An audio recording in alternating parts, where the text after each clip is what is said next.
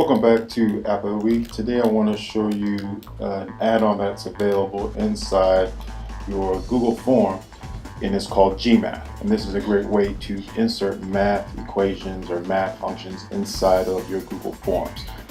It is an add-on, so you'll have to click your three dots here and go to add-ons to find this particular add-on down here. You see here it lives right here. If you do not see this one right up here, just click in the search bar here and just type in gMath, and then it will show up, and you can add that add-on to your Google Forms. And then once you want to begin using it, you can click on your puzzle piece here to locate that add-on to begin using it. So I'm going to select my gMath for Forms. Once you do that, you're going to see it has options in terms of different things that you can insert into your forms. We're going to concentrate on just the math expressions today, but you do see you can insert statistics, you can insert graphs, all sorts of things. So I'm just going to concentrate on the math expressions today.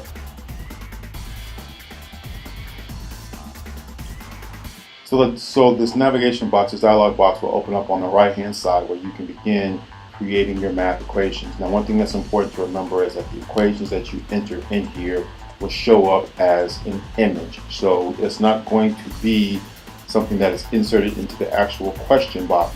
It's going to be shown as an image in your Google Forms. So if I type in something simple like 8 plus 3, or so I'm going to say 8 plus 4, I can type that in there, hit this green button here to insert this into my form. And when I click that, you see the image displays here.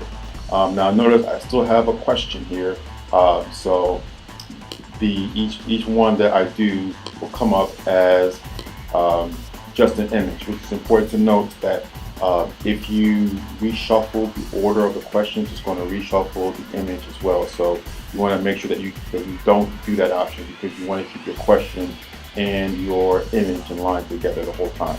So you see I have some simple things in here. I just did 8 plus 4. I have the plus sign on my keyboard. I can do the same thing with minus signs, but for things where I don't have that particular expression on my keyboard, there are some simple tricks that you can do here. For example, instead of doing 8 plus 4, if I wanted to do 8 times 4, I don't really have the X here, or if I wanted to do 8 divided by 4, I don't really have the division symbol here.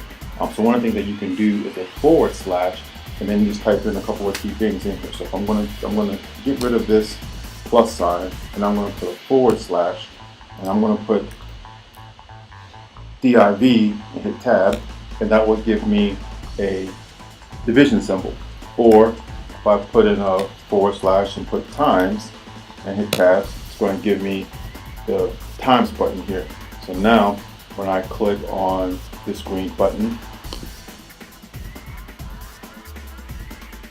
it'll insert that into my Google Forms as well. So you see it has those capabilities as well. You can add other items in here, for example, fractions, exponents, things like that, square root. You can include all of those different items in here. I'm just going to do one more quick one so you to be able to see. So I'm going to put something in parentheses here, and I'm going to do a fraction. So I'm going to say 3/4. See, I have my 3 over 4. I just put 3 backslash 4. Now I'm going to hit tab to put a expression in here, plus 4 squared. So I'm going to put 4. I'm going to put the upward caret. For my exponent, I'm going to put 2 there. So that shows that square. I'm going to hit tab, plus, I'm going to say the square root of a number. So I'm going to do a forward slash. I'm going to have an SQRT for square root. I'm just going to put in a number. So we'll say 36. Boom, there it gives me the square root of that number, and I can hit this button to insert that into my Google form as another image, and there it is. So it does have some advanced options up here, so you can click up here. So if you wanted to use this latex editor, you can go and click on each one of these options to choose which kind of item you want to include in there. It has all these different symbols and all these different expressions that you can utilize. You can click on those as well. You'll also notice that it has this microphone in here, so you can speak things into this as well. So instead of trying to type this in here, I can select this microphone and just begin talking. 2 plus 1/2 minus 1/3. When I put the microphone, boom, there's that expression right there that I can begin using.